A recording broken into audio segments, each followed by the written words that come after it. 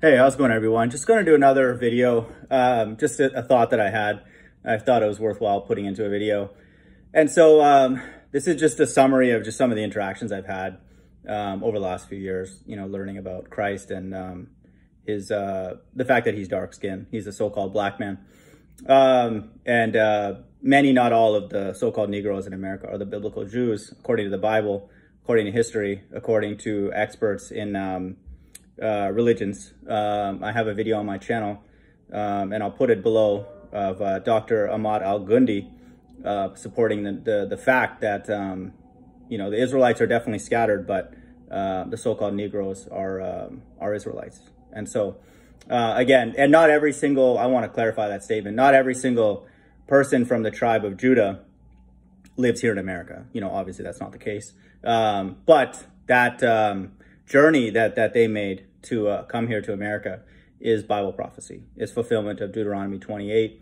And, that's, God would have had to have been involved in that. That was a brutal journey process to bring them here. And then the enslavement is vicious. And, we see the still to this day, with all these riots, which are staged, but God humiliating them as well. And so God did that.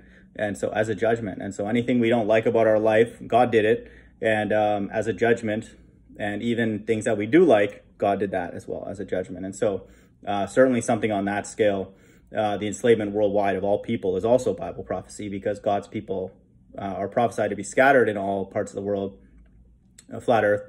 And there's a beast system. And so that's also, worldwide enslavement is also Bible prophecy, fulfillment of Bible prophecy.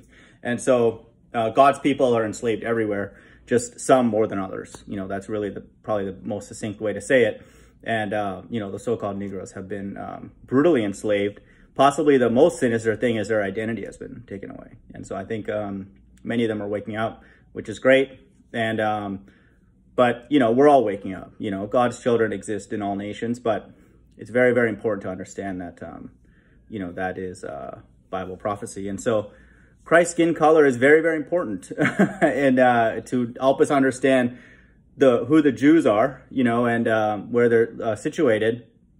Because once you know Christ is black and you read Revelation 17 and 18, you shouldn't even need the Bible to know this, that the core of the evil is in America. And so modern day Babylon, mystery Babylon is America. Once you have those two things, you know that, who the Jews are, and so, and once you know who the Jews are, then you know what Christ looks like. And so many, many different ways to get to this understanding, and it's explicitly in the Bible. It's just coded to, for certain people to appreciate, and acknowledge that it's truth in the Bible.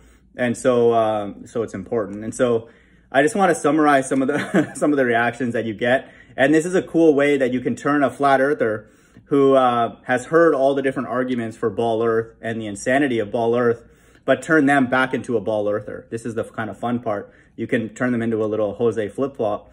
And so, it's just kind of fun, in these days, because, flat earth is a truth that I appreciate. And then we have fun with these ballers. And so you can have some fun with these flat earthers as well. A lot of them are, government assets. But so you can, especially, obviously the Christian ones, the religious ones, they don't even have to be religious. Anybody who knows anything about the Bible, this should be common sense to people that from a purely historical perspective, Jesus Christ would have to be a dark-skinned man. And so, what are the responses I've gotten? MC Toon, for example, called it a cult because I was like, can we do a hangout where I can, give you the actual gospel? And he's like, any cult that requires, believing that, which it's in the Bible. And so, I don't want to be a part of that or whatever. So, it's apparently cultish behavior to acknowledge what's written in the Bible and then worship God for the way that he's presented. And so, again, MC Toon, 33 Toon, that's a very obvious ball earth shill. But that's one thing. Another thing that I've got fairly recently is somebody told me that it's evil to worship skin color. Because I made a statement that white Jesus is evil, and it's the devil, it's Antichrist, it's Satan. And so, because that's not in the Bible. Anything that is against the Bible is Antichrist. And so that's obvious. And so, you know, that's a very, very powerful image of Christ that's false and satanic. And so I was told that I'm that the worship or caring about the skin color is actually evil, but it's in the Bible, not just Christ, but other people their skin color is explicitly described. And so this is what the world that we live in, where evil is called good and good is called evil. Everything is backwards. And so anybody who actually just reads the Bible for what it is there's a vibe out there to make that person evil, you know. And again, that has to be for the beast system to flourish the way that it is. And so, you know, the Bible says don't put any cuts or markings on your body in Leviticus, and then look what the mark of the beast objective is, and vaccines more fundamentally. And so that's I think that's very, very obvious to people, but that's an insane stance. And so these people, these quote truthers, you can turn them into ballers and they'll start saying things that don't make any sense. I heard Tom say God would be all colors. And so like if God exists, then he's all colors. And so just kind of, you know, a rainbow, you know, like in electrical engineering, we call, you know, the summation of all frequencies a white noise. And so so God is just white noise, I guess. And so this is crazy. You know, that kind of a response is just somebody who just sounds like a baller. And so this is kind of funny. And then another good servant said, well, I didn't realize there was skin in heaven. So that's so, you know, it's okay to put, you know, light green or light, you know, very light pale Jesus on your thumbnail, you know, then because I didn't realize there was skin in heaven and all that kind of stuff, which is crazy. And you know, so these people are just essentially atheists, is what I'm functionally atheist, government agents, talking complete nonsense. That doesn't make any sense, because again, these things are written explicitly in the Bible, and for a reason, because it's only for certain people to appreciate and worship Christ for who he is. What else have I heard? You know, any representation of God is a graven image, and even Pete Shea says this kind of stuff, but no one's making any pictures of Christ or drawing anything, you know, I'm not, and I don't think any normal person would, but if we're asked, what did Christ look like? We know certain things. You know, in Ezra, he's described as being tall. And in many, many places, again, in the video that I can link below, he's described as being dark skinned, because it's a clue to, again, get us to other truths and to locate his people and, you know, understand the narrative, you know, the full narrative of the Bible. And so it's very, very important. And so, you know, that's something to think about, you know, and we need to know that kind of thing. So no one's making any kind of graven image. And so I've heard, I think it was somebody commenting on one of Good Servant's videos, like, I don't understand why there's a big discussion. Oh, well, it's because it's in the Bible. And so we know that these people, again, are not allowed to appreciate these truths because God has set them up to be market makers, you know, or what I call limited scripters. And so they're not allowed to get to this truth, because once a person goes down these truths, you end up at the actual truth, which is a person. And you need these clues to get there, you know, literally at his feet to worship him. And so these people will not leave the foot of white Christ ever. And they will say it, but very, you know, mildly, and then move on, and then it's taboo to talk about. And so anybody who acknowledges the real Christ publicly, Christ says that he will acknowledge them before the Father. And so that's a promise, but we have to acknowledge the real Christ, and these people are not. And so so you just get a whole bunch of, I've even heard that people say that dark skin was the curse of Cain. And so like Adam, this is just insane. Like somebody believes that Adam is white, but at some point down the road, dark skin got infused into like the real complexion of the original people as a curse for killing Abel. And so that's insane. I don't know what to say. Like this is why this world is hell, because everything is backwards and retarded. Anybody who can believe that the first person on earth was made from the dust of the ground, and then the dominant trait is dark skin, and then light skin can be a derivative of dark skin, but not the reciprocal. That's crazy to believe that. And so we get all these truthers who just are retarded.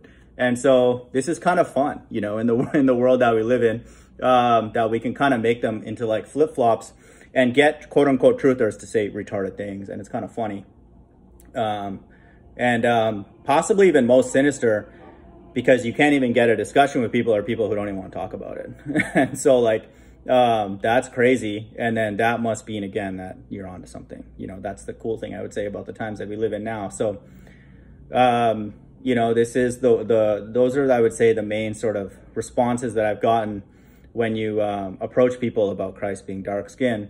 And so why else would that be? You know, something arbitrary from our human perspective of skin color. Why would it matter? Well, because God is letting us know as we go and do these kind of tests with other people, these flip-flops, that God has put his truth only in certain people. And then so certain people who you explain to them that's the case, and then how it's important, and then they appreciate it, then that person can be a vessel for more truth potentially. And so that's a person you may want to engage with and learn more about God. But then there's a large group of other people that they're, again, just limited scripters, market makers. And so you will not learn more than what's on their script, and you can find out what's on their script in like 5-10 minutes. And so, you know, that's all you can learn. You can learn more about the things that they won't talk about going forward. And so there's still information encoded, but there's not really that much, you know. And so you can, if a person refuses to accept that Christ was dark skinned, then you can find out other things that they believe about the Bible that are also false very, very quickly. And so worshiping Christ as dark skin apparently is a cult, is evil. God was all colors, according to Tom, which is stupid. God was, he's in the spirit, so we don't need to care about what his flesh looked like here on earth, even though that flesh was pierced for their, quote, salvation, from, you know, avoiding a fictitious place that doesn't exist in spiritual la la land called hell. And so, which is here, a physical place. So, this is what's going on, you know, amongst, Christianity, which is masquerading around really as a form of white supremacy, which is, stupid, you know, that a person would, give up all the promises in the Bible just to have some kind of alignment with a group of people that aren't even like real people, you know, and stuff like that, in the world right now, especially in the times that we live in now. And so this again is why I know that we are all pre-programmed to worship God, some of us, and then like a large group are not, and there's no changing their mind. They're not going to flip-flop on their lack of interest in worshiping the actual God of the Bible. You'll get every kind of excuse. Same thing with the ballers. We could literally do a test that will prove the earth to be flat, but then they would just be like, oh no, there was, you know, the error tolerances, or no, it's just, you know, I don't accept that. I would need to see it. And this kind of, you know, those devices are not meant to handle those kind of things. You know, the light was, you know, curving and all that kind of stuff. Like that's the same language that a person will use when you bring them the actual, you know, truth of the Bible. They'll just sound like a flip-flop. They'll just sound like their logical use of their logical centers in their brain will be circumvented to just start making up stories, you know. And so it's kind of like, you know, like that song, I think it's by Eminem or Rihanna, like, I love the way you lie.